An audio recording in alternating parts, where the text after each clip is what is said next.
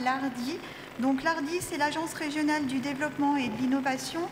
Et en fait, ils vont vous exposer le potentiel d'emploi dans les PME dans notre région.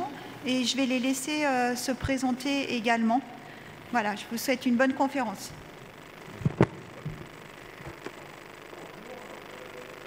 Attendez, c'est bon? Ouais. Au niveau présentation, donc, nous sommes à l'ARDI, on va vous présenter l'ARDI en une diapo dans quelques instants. Personnellement, moi j'ai rejoint l'ARDI et puis les systèmes de financement des entreprises il y a 2 ans. Avant, j'étais principalement dans des entreprises en direction R&D numérique, robotique aussi. Principalement des PME, mais aussi avant un grand groupe, et puis création de société aussi à une époque pendant 5 ans avec un groupe allemand. J'assure aussi des cours à l'Université Lyon 1. J'étais professeur associé là pendant 4 ans dernièrement. Et puis je suis issu de CPE Lyon, là, donc j'étais président de l'association des anciens élèves jusqu'à l'année dernière.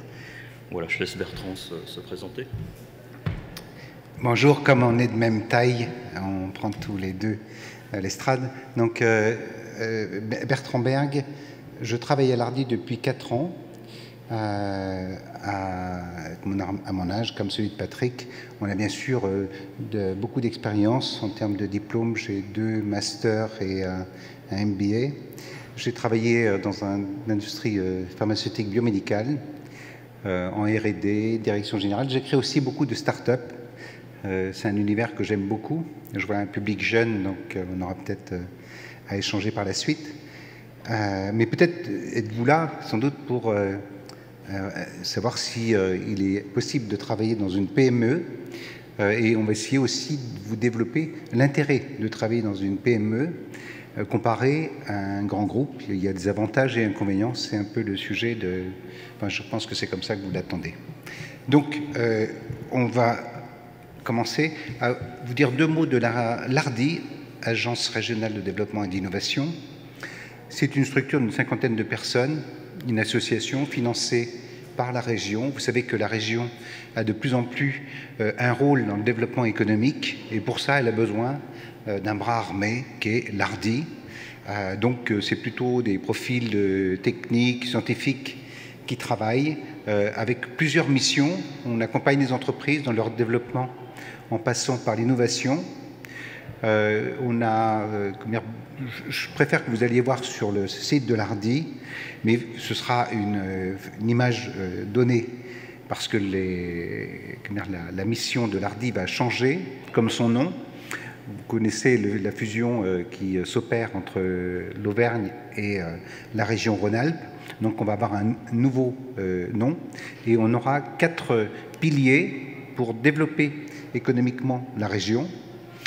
L'innovation, qui est la pierre maîtresse de l'ARDI, le développement économique, l'international, la formation et l'emploi. On ne sait pas encore exactement quel sera le périmètre, mais entre 80 et 100 personnes. Donc voilà, donc je passe assez vite sur ce que fait aujourd'hui l'ARDI, puisque son rôle va changer. On vous propose sur 25 minutes, je crois, ou 30 minutes, un balayage de quelques données économiques sur la région. Vous verrez, vous serez impressionné, comme je l'ai été, moi, en lisant le diaporama qui a été préparé par Patrick. Il y a des chiffres qui sont impressionnants, donc vous êtes dans une bonne région. Ensuite, on abordera la question de débuter sa carrière professionnelle dans une PME évoluée, avec toutes les questions que proposera de traiter Patrick, pour après être dans une phase d'échange. Alors, la région, c'est 240 milliards d'euros de PIB. Je suis allé voir ce matin combien il y avait de PIB au niveau national. C'est presque 2200 milliards. Ce qui fait que la région Rhône-Alpes est la 2e au niveau économique après l'Île-de-France. C'est la première en termes d'emploi industriel, avec un pourcentage de 15%. C'est un peu plus de 11% de la richesse nationale. Ça nous met en 8e position si on se compare aux 200 autres régions européennes. avec un PIB, et ça c'est ce qui m'a surpris, qui est supérieur à celui du Portugal, à la Finlande, la Grèce ou l'Irlande. 3,3 millions d'emplois, dont 86% sont des emplois salariés, et la région a 12% des emplois en France. On descend un peu en micro, 400 grandes entreprises, près de 3000 ETI. Une ETI, on le verra après, c'est 250 personnes et plus. 99% des entreprises ont un effectif de inférieur à 250 salariés, une taille moyenne de 14. Les grandes entreprises et les ETI emploient 50% des salariés, les petites et micro-entreprises 20% des emplois, et les PME, c'est le sujet dont on va traiter, emploient 30% des salariés, donc il y a un vivier énorme. Se posera la question du « est-ce que c'est intéressant ?» ce que va traiter Patrick. Alors, les secteurs industriels, eh bien, on est un peu meilleur que la moyenne nationale sur tout ce qui est production métallique. Même chose pour les produits plastiques et caoutchouc, c'est la deuxième observation. Vous ne voyez pas très bien, retenez que les chiffres, comme dire 1,9, 1,8, indiquent une autre couleur. Malheureusement, ça ne ressort pas très bien sur l'écran. Production électrique et électronique, 1,8%, quand la moyenne nationale est de 1,1%. Industrie agroalimentaire, on fait moins bien, mais il y a sans doute une explication. Vous allez voir par la suite, on a des zones urbaines très importantes, des montagnes qui font qu'on a une production agraire qui est inférieure à la moyenne nationale. Fabrication de machines et équipements, bonne note. Pareil pour l'industrie chimique. Même chose pour le textile et l'industrie pharmaceutique. Donc, vous êtes dans une région où il y a un fort potentiel pour trouver votre premier job. C'est assez bien réparti, même si on voit des vallées. On voit là ce qui apparaît en jaune chez vous sur l'écran. C'est très agricole, c'est comme dire dans le Cantal, Aurillac. On observe d'autres vallées, dans la vallée des Alpes. Il y a une activité touristique qui n'est pas surprenante avec la montagne et la neige. Et puis autrement, une répartition assez homogène avec quand même des pôles qui sont dominants, Lyon, Grenoble, Saint-Étienne, Clermont-Ferrand maintenant. Ça va chez Mamito. La géographie, pour vous la rappeler, on est très étendu. Je crois que ça fait 700 km d'est en ouest. Oui. Alors, quelques données démographiques. 85% de la population vit en zone urbaine. On a 21 villes avec un nombre d'habitants supérieur à 50 000 habitants. On a, en termes de démographie, le 4e rang français. 70% des communes ont un solde démographique positif. On est 2e place nationale en nombre d'emplois, avec plus de 3 millions d'emplois. 3e place pour ce qui concerne la croissance, un PIB de 8% qui provient du tourisme, avec la vallée des Alpes, et puis le tourisme aussi dans nos villes. Au niveau agricole, 63 000 exploitations pour 2,9 millions d'hectares.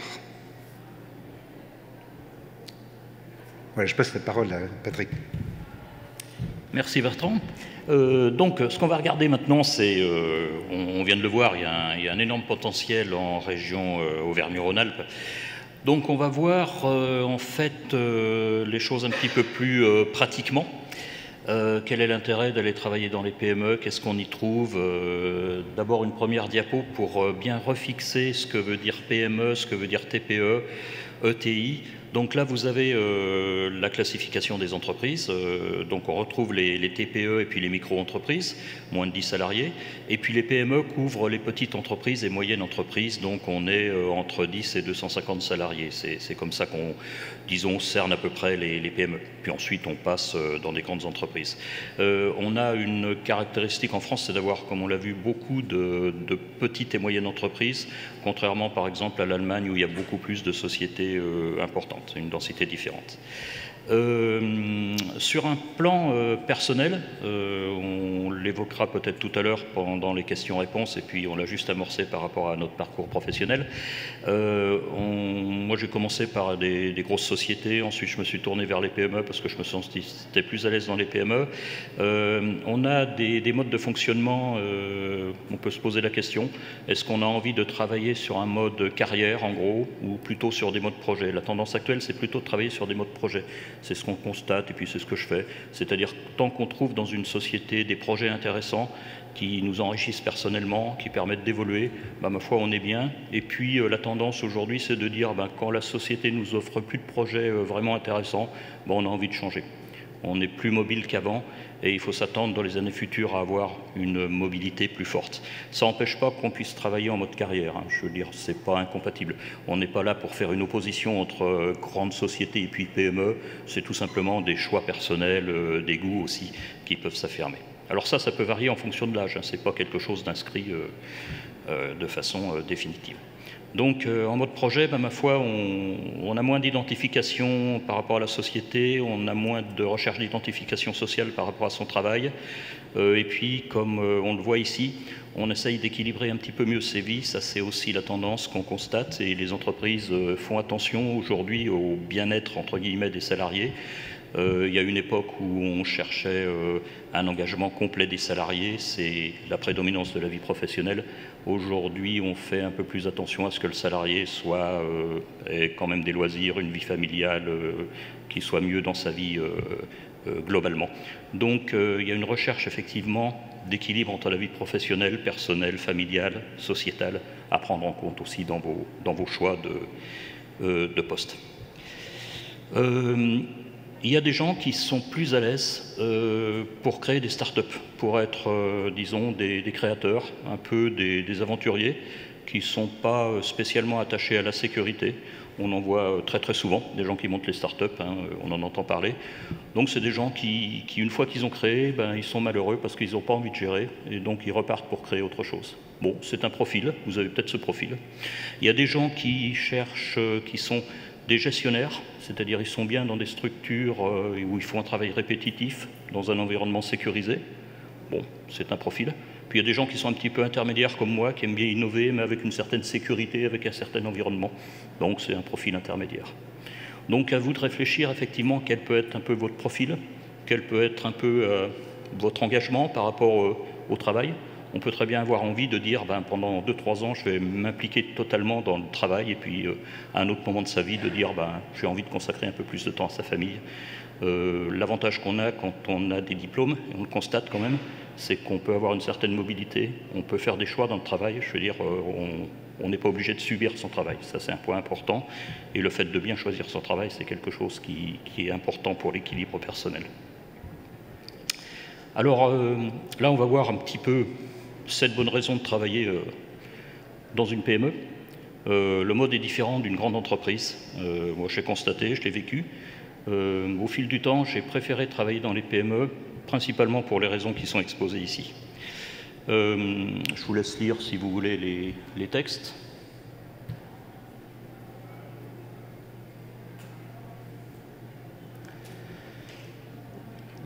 Quand on débute sa carrière, effectivement, on a hiérarchiquement changé. On s'aperçoit que dans les petites ou moyennes structures, on a des organigrammes beaucoup plus plats qu'avant, avec des équipes. Donc, en fait, on travaille dans un environnement assez dynamique, assez intéressant humainement. Le patron vous connaît. Bon, ça, il y a des gens qui sont sensibles à ça, d'autres pas. Moi, j'aime bien, parce que le patron, c'est celui qui connaît la stratégie de la société, qui sait où on en est au niveau économique, qui sait où on en est au niveau des clients et tout. Et pouvoir discuter directement avec le patron, ça permet d'être directement impliqué dans la stratégie de la société, de savoir ce qui se passe, d'être au courant de la vie et de voir un petit peu l'avenir, les développements qui se font, enfin, de pouvoir échanger avec le décideur. Dans une grosse structure, vous ne le pouvez pas. Vous avez un N+1, N+2, N+3, enfin, etc. Vous êtes un pion dans un service et puis vous n'avez pas de visibilité ni sur la stratégie de la société, ni réellement sur l'état de la société et puis ce que ça va devenir. Travailler dans une PME demande plus de polyvalence, c'est vrai. En direction R&D, là, les derniers postes que j'avais, en fait, quand on sort des produits nouveaux, aujourd'hui, on n'est plus simplement dans la R&D, on est obligé d'aller voir les commerciaux, le marketing, d'aller voir le dirigeant, d'aller voir les différents services, production, SAV, etc., pour créer les produits. On n'est plus tout seul. Créer un produit, maintenant, c'est devenu assez facile. Il y a les technologies pour. Par contre, ce qui devient difficile, c'est de le designer, c'est de faire le marketing, de savoir comment on va le vendre, à qui, de quelle façon, est-ce qu'on vend des abonnements, est-ce qu'on vend des produits, en fait, etc. Travailler avec le marketing pour travailler sur la présentation, les évolutions, le SAV, en fait, etc. Et là, dans une PME, eh bien, on a accès à tous ces postes, en fait, toutes ces fonctions, on apprend beaucoup de choses, alors que dans une grande société, c'est beaucoup plus cloisonné. Il y avait des stagiaires de CPE que je prends chaque année là en année de césure. Bon, il y en a un au bout de 6 mois qui était parti de la PME où je travaillais pour aller chez Orange. Ben, au bout de 6 mois, il m'a dit je regrette beaucoup chez Orange parce que j'ai fait que du code pendant 6 mois pour des smartphones. Je ne savais pas ce que je faisais, on me disait de faire ça. Et puis c'est tout ce que j'ai fait pendant 6 mois. Alors que précédemment, dans la PME, il avait dialogué avec tout le monde. Enfin, il avait appris beaucoup plus de choses. Donc, aussi une remarque qui avait été faite une fois dans une conférence par une femme qui avait créé une société et qui avant avait travaillé dans une grosse société. Elle a sorti la phrase en disant « Dans une grosse société, on peut camoufler son incompétence. Dans une PME, on ne peut pas. » Donc ça, c'est aussi à retenir. Bon, dans les PME, on a droit à des avantages. Effectivement, la question qu'on se pose quelquefois, on se dit « Bon, le salaire est plus important dans les grands groupes. » C'est un peu vrai. Il faut reconnaître quand même qu'il y a quelques différences. Maintenant, dans une PME, on a beaucoup plus de liberté d'action, donc ça compense. Et puis, bon, tout ce qui est ticket restaurant, etc., aujourd'hui dans les PME, c'est quand même bien introduit. Donc, à mesurer, hein, il y a moins d'avantages quand même. On n'a pas de CE, peut-être, de choses comme ça, mais on n'est plus au Moyen-Âge. Je veux dire, ça a quand même beaucoup évolué. Les PME soignent leurs jeunes diplômés. Effectivement, quand on est un pion dans une grande société, ma foi, on peut être remplaçable facilement. Dans une PME, c'est différent. Quand le patron a investi sur vous, qu'il vous a embauché, au bout d'un an, vous êtes formé et tout, il n'a pas envie de vous perdre, parce qu'il voit tout de suite le bilan financier de la perte. Donc ça, c'est quelque chose qu'il faut considérer. On participe directement au projet de l'entreprise, ça je l'ai un petit peu abordé, c'est-à-dire en fait, on a accès à tous les services. On peut aller voir un commercial en lui disant bon, comment tu vends ce produit, comment tu le sens, qu'est-ce que tu vois comment réagissent les clients, enfin voilà, on a des informations qu'on ne peut pas aller chercher dans les grosses sociétés.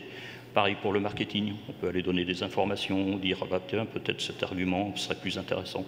Puis les gens viennent vous voir en vous disant tiens, j'ai un client qui m'a dit ça, est-ce qu'en R&D on ne pourrait pas développer cette fonction, enfin voilà. Donc vous êtes beaucoup plus impliqué dans les projets de l'entreprise. Et puis il y a la stratégie à haut niveau que définit le patron. Et là, s'il joue le jeu, ce qui est souvent le cas, ma foi, il vous donne les clés de sa stratégie. Qu'est-ce qu'on va faire dans 1 an, dans 2 ans, comment je vois les choses, voilà. Les PME sont à l'origine de 85% des créations d'emplois. Il y a beaucoup plus de dynamique de création d'emplois que dans les grands groupes, parce que peut-être il y a aussi un peu plus de turnover, de mobilité. Donc, il y a 2 façons de se faire embaucher dans les PME. Répondre à des petites annonces, ce n'est pas l'idéal, elles existent. Des candidatures spontanées, c'est intéressant, à condition d'avoir un nom dans la société. Bon, avec LinkedIn, avec des moyens comme ça, en fouillant, comme je disais tout à l'heure, on peut avoir des informations sur la société, on peut avoir des noms, les postes des gens, on les trouve. Et puis, je me souviens plus ce que je voulais dire juste après. Voilà. Et on a des, comment dire, la façon de se présenter, oui, les candidatures spontanées, donc c'est des choses qu'il faut faire au niveau des PME. Moi, ça m'est arrivé d'embaucher des gens, je me souviens une fois au mois de juillet, on venait de prendre une commande, il fallait qu'une personne soit là début septembre. Ma foi, j'ai été voir dans le classeur des CV qui était là en attente, et puis l'embauche s'est fait comme ça extrêmement rapidement. Donc ça coûte pas grand-chose, et puis c'est intéressant de faire des candidatures spontanées, à condition qu'elles soient bien ciblées, qu'elles soient travaillées. Une avant-dernière diapositive pour dire qu'il faut réfléchir au potentiel des PME aujourd'hui, c'est-à-dire que les PME, ce n'est pas simplement des sociétés un petit peu tristes, sombres dans des hangars, c'est pas du tout ça. Il y a énormément de PME innovantes avec des très hauts niveaux de qualification, des produits innovants, performants. On en voit très, très souvent avec des belles croissances. Donc si vous prenez le temps de bien regarder ce qui se fait au niveau des PME, de vous renseigner, il y a différents moyens de se renseigner hein, en lisant la presse. C'est intéressant de lire la presse locale. On voit quelquefois des articles sur une société qui vient de développer tel produit, qui vient d'acquérir de nouveaux marchés. Enfin voilà, donc on a des informations. Avec Internet, on voit ce que sort quel produit sort la société, quelle est un petit peu sa dynamique. Donc il y a des sociétés, comme c'est illustré un petit peu ici, dans le bâtiment, dans l'électronique, dans la robotique. Enfin bon, il y a une très vaste gamme d'innovation et de très belles sociétés qui se permettent de travailler pour la production française, ce qui n'est pas non plus négligeable. Une dernière diapositive pour faire un peu de maths, pour dire que, ma foi, Einstein avait peut-être raison, enfin à peu près, parce que j'ai retouché un peu l'équation. Si vous voulez trouver du travail, le travail, c'est la compétence par le carré de la motivation. Si vous êtes très motivé et que vous le montrez, vous avez beaucoup plus de chances à compétence égale que si vous arrivez un petit peu triste et sans motivation. Voilà.